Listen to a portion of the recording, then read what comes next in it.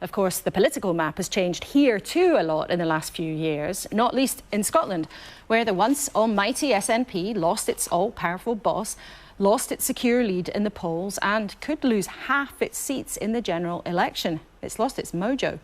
Well, on Thursday, I sat down with the First Minister, Humza Yousaf, where he seemed extraordinarily sure about who's heading to number 10. And just this morning, he's writing to Keir Starmer, inviting him for talks. But what is the SNP's own plan for the election when things have gone so wrong? The ambition and the aim is twofold. One, to be the biggest party in the general election here in Scotland. But secondly, to also wipe the Tories off the electoral map in Scotland. And of course, the fact that the SNP is second place in every single Tory seat in Scotland means that if people want to make Scotland Tory-free, free of Tory MPs, then they have to vote for the SNP. The truthful situation here is that the more Labour MPs there are, the more likely a Labour government, and therefore the more likely it is to get rid of the Tories or wipe them off the map, as you would put it. Keir Starmer is 20 to 25% ahead in the polls. He is going to be the next Prime Minister of the United Kingdom. I don't think you could point me to a single poll. Doesn't just show that isn't the case, but you probably couldn't even show me a single poll that suggests it is marginal. Keir Starmer does not need Scotland to win. It is deeply misleading to suggest to people that you know it's inevitable that Keir Starmer is going to be Prime Minister when we're probably 10 months away from an election. If you can show me a single poll that is suggesting this is going to be a marginal election, I would love to see it, because I have not seen it at all. So what I would suggest is that it is undoubtedly the case that Keir Starmer doesn't need Scotland to win. He's going to be the next Prime Minister of the UK. We all know that. What I'm saying to voters in Scotland is vote for what you believe in. If you believe in a party that will always stand up for Scotland, if you believe in our values, if they're your values, such as scrapping tuition fees, such as scrapping prescription charges, generous offers of childcare, if these are your values, then help us to protect them. And when it comes to Keir Starmer being the next Prime Minister of the United Kingdom, which I think he absolutely will be, I should say I'm very willing to work with an incoming Labour government. I think there's plenty we can work on. There'll be different disagreements, constitution perhaps being the obvious one, but I do think there's plenty of areas we could work on. So what do you mean by that? Have you spoken to him now? Are you planning to talk to him before the election if you're so sure he's going to be in number 10? Well, I have. I've written to Keir Starmer, invited him to Edinburgh for a discussion. I'd like to speak to Keir Starmer as the man who will undoubtedly be the next Prime Minister of the United Kingdom, and particularly on the issues of tackling child poverty. I think we need to work together in order to tackle child poverty right across the United Kingdom. Now, I think Keir Starmer should commit to, for example, lifting the two-child limit.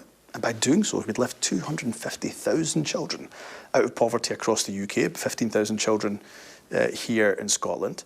Let's scrap the bedroom tax, which is keeping too many people in poverty. What are you suggesting, though, in terms of that discussion? Because when we spoke last in June, you seemed to believe a hung parliament was a likelihood, and you said that you would set out some conditions if you were ever to lend SNP MPs support to Keir Starmer if he didn't have a majority of himself for his. Well, I suppose what I'm saying to Keir Starmer is SNP MPs will work with you. It's hardly going to be a surprise that when I speak to Keir Starmer, and I hope he takes me up on the invitation to meet. That would be the grown-up, I think, responsible thing for him to do.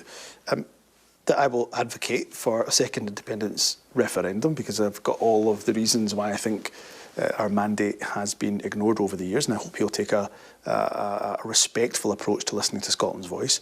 Do you accept, though, that he is not, if he gets to be Prime Minister, going to offer you another independence referendum? And for voters, you've just said then it will be on the ballot again, but you promised it to voters in 2017, didn't happen. In 2019, you promised again, it didn't happen. In 2022, the Supreme Court said, no, you don't have the power to make this happen again.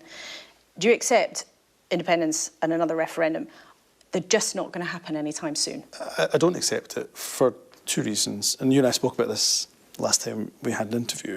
That you've got to do two things. You've got to create both the political conditions, and then you've got to create the popular support and the conditions for popular support. So the political conditions is why the SNP, I believe, have to win the general election. I want the SNP to win the general election to help to send a really strong message to Westminster that Scotland will not be ignored and will be very clear, page 1, line 1 on the manifesto, vote for the SNP for Scotland to become your support's been sliding, you know you're on track to lose seats. Not the support for independence, of course, and that's my second point, is you have to create the conditions for a consistent majority for independence. But for that to happen, you also have to be persuading people that you're a good and effective government. Let's turn to the impact of some of your policies right here, right now. Now, the billionaire businessman Tom Hunter is on the programme on Sunday. He has a question about your higher taxes, because higher rate taxpayers in Scotland are now paying significantly more than people do in England.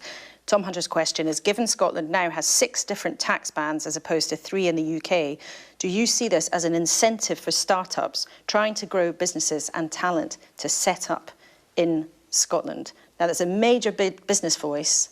Oh yeah, and I unhappy very respect them. About you making it much more expensive in some ways for people to do business here. Look, first and foremost, I've got a lot of time for Sir Tom Hunter. He and I won't always agree.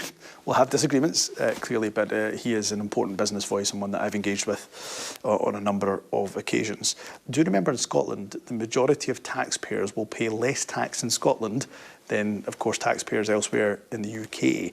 In terms of those top 5% of earners that we're asking to pay a little bit more, like First Ministers and people on MP salaries, they'll be asked to pay a little bit more so that we continue to provide policies like free tuition, free university education, like scrapping prescription charges, like childcare, a generous childcare offer. And despite those decisions that you've made, there are still significant problems in Scottish public services, real problems with waiting lists, and you've mentioned education. Well, after 13 and a half years of Tory austerity, we've seen our budget in real terms fall by £500 million, we are not just managing, I think we are doing incredibly well to make sure, for example, our A&E departments are the best performing. People should be happy about the state of the waiting lists. Well, I think people will recognise that we prioritise public services over tax cuts for the wealthy, and I think that is a political choice, undoubtedly a political choice that we take, and it's one that I stand for. And they are all choices, and you've mentioned education several times. During the SNP's tenure,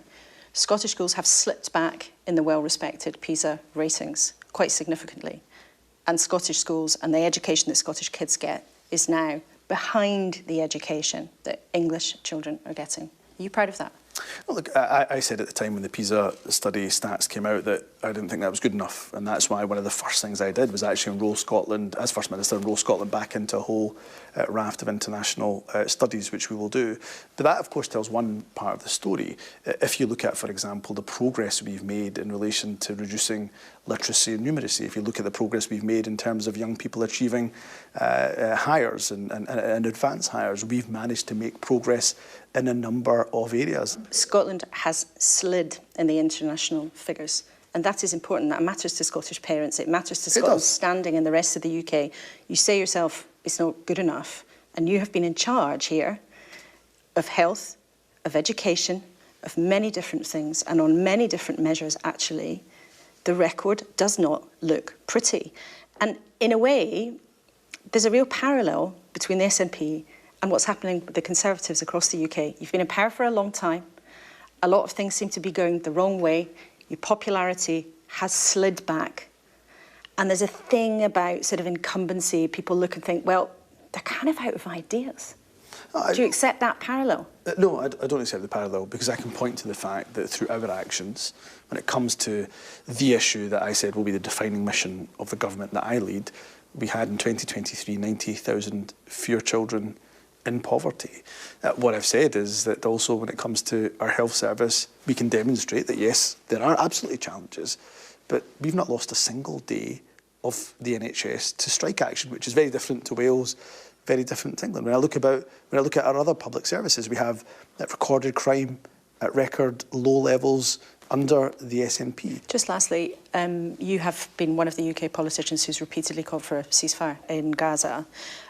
Why do you think others have hesitated before doing that? I think there's just a lack of leadership and moral courage, if I'm being frank. And this is a classic example of where I think nobody understands what Keir Starmer stands for.